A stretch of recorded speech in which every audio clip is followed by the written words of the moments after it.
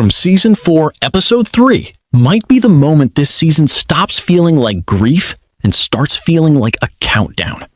Because the trailer is not just teasing another mystery, it is warning us that whatever cycle this town is trapped in may be reaching its breaking point. And if that is true, then Episode 3 could be where the real panic begins. Hey, what's up everyone? Come back to Breakdown Epic. Just to let you know, this video will contain spoilers. Now, that Episode 2 is behind us, we finally have a better sense of where Season 4 is pushing the story. And honestly, this next chapter looks huge. Episode 3, titled Merrily We Go, seems like it is taking several of the most important pieces on the board and moving them all at once. Tabitha is still chasing the lighthouse. Boyd may be confronting old trauma through Acosta. Julie is being pulled deeper into the town's manipulation. And Victor and Ethan look like they are heading into the woods on a quest that could reveal something major about the man in yellow.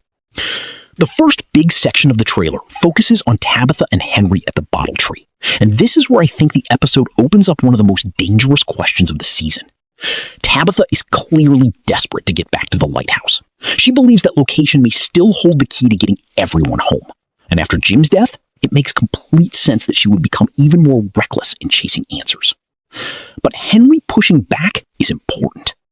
He is not just being cautious for the sake of caution.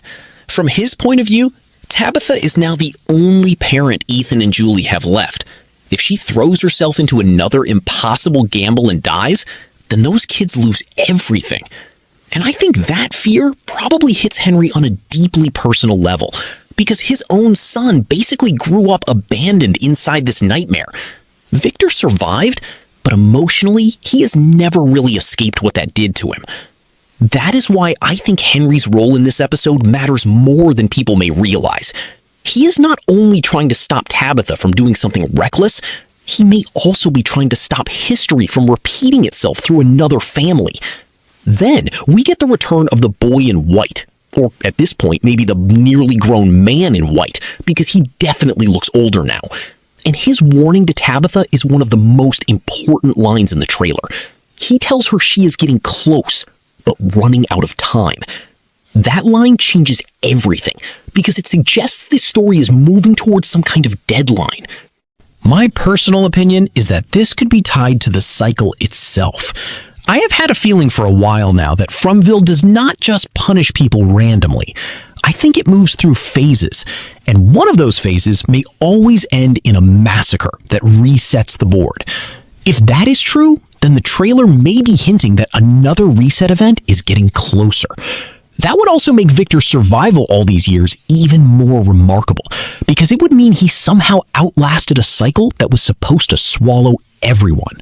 There is also another angle to Tabitha's trip that I think is worth considering. Yes, she wants answers. Yes, she wants a path out. But after losing Jim, I would not rule out the possibility that she is also chasing something much more emotional and much less rational. She knows the boy in white can move people between worlds, or at least between states of reality. So I do think there is a chance part of her wants to reach him because some part of her is wondering if Jim can somehow be brought back. That may sound desperate, but Tabitha is in exactly the kind of emotional state where desperate ideas start feeling possible.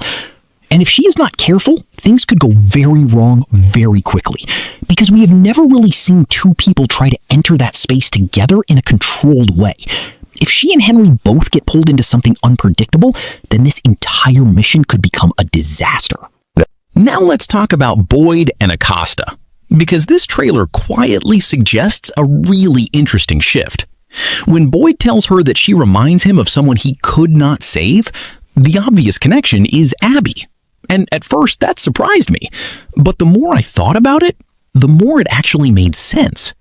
Acosta has never looked comfortable in this place. She has looked unstable, angry, disoriented, like someone who cannot emotionally adapt to the rules of Fromville. And that is exactly the kind of psychological unraveling we know this town can trigger. So I think Boyd may be seeing the early warning signs of the same kind of break that Abby went through. If that is what the show is doing, then I actually like it a lot, because it gives Boyd a very human motivation for helping Acosta. He could not save his wife. Maybe he thinks he can stop someone else from reaching that same point. And if that happens, then the expected conflict between Boyd and Acosta might not go the way a lot of people assumed. Instead of becoming enemies, they may end up becoming unexpected allies. The grave scene is another huge question mark. Something or someone seems to reach up and grab Boyd. And obviously the trailer wants us to ask whether this is real or another vision. Personally, I lean toward hallucination or some kind of supernatural manipulation, because From loves forcing Boyd to confront buried trauma in physical ways. But if the town is now starting to weaponize the dead more directly, then that scene could be even more disturbing than it first looks. Then we get Julie and Sophia in the diner, and this moment feels small on the surface, but I think it is incredibly important. We know Sophia is not who she appears to be. The people in town do not, so every scene she has now comes with an extra layer of danger. And with the Matthews family already shattered by grief, they are probably easier to manipulate than ever. That is why I think this exchange matters. It feels like the man in yellow is beginning to test how far he can push people emotionally without revealing himself. He does not need to attack them physically right away. He can just turn their pain against them. And honestly, that might be even worse. Finally, we have Victor and Ethan. And this is the part of the trailer I am most excited about. The synopsis already tells us they are heading off on some kind of mission, and if the season footage is any clue, this may be the journey where they uncover the drawing of the man in yellow. If that happens, then we are finally getting some history, and that opens up a lot of possibilities. Did Victor encounter this entity years ago? Did Eloise see something and draw it first? Is the man in yellow a true form or just another stolen identity? That last question really interests me, because if this entity has been wearing different faces over time, then the man in yellow may only be the latest mask. The image of him stepping out of a car with that unsettling smile almost feels less like a monster reveal and more like a remembered arrival. Like Victor or someone close to him saw the exact moment this figure entered the story. If episode 3 delivers on that, then we may finally start understanding whether this thing has always been here or whether it came into the town at some point, just like everyone else. So, overall, I think Merrily We Go looks like the episode where several emotional threads start turning into real plot momentum.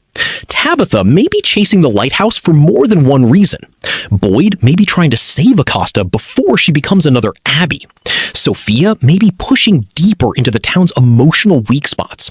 And Victor and Ethan could be on the verge of uncovering something huge about the man in yellow. In my opinion, this looks like the first episode of the season that could really change how we understand the larger cycle of Fromville. But anyway, that is my breakdown of the From Season 4 Episode 3 trailer and my theories on what could happen next. If you enjoyed this video, make sure to like, subscribe, and let me know in the comments. Do you think the boy in white is warning Tabitha about another massacre, or is the countdown connected to something even bigger than the cycle itself? I will catch you in the next one.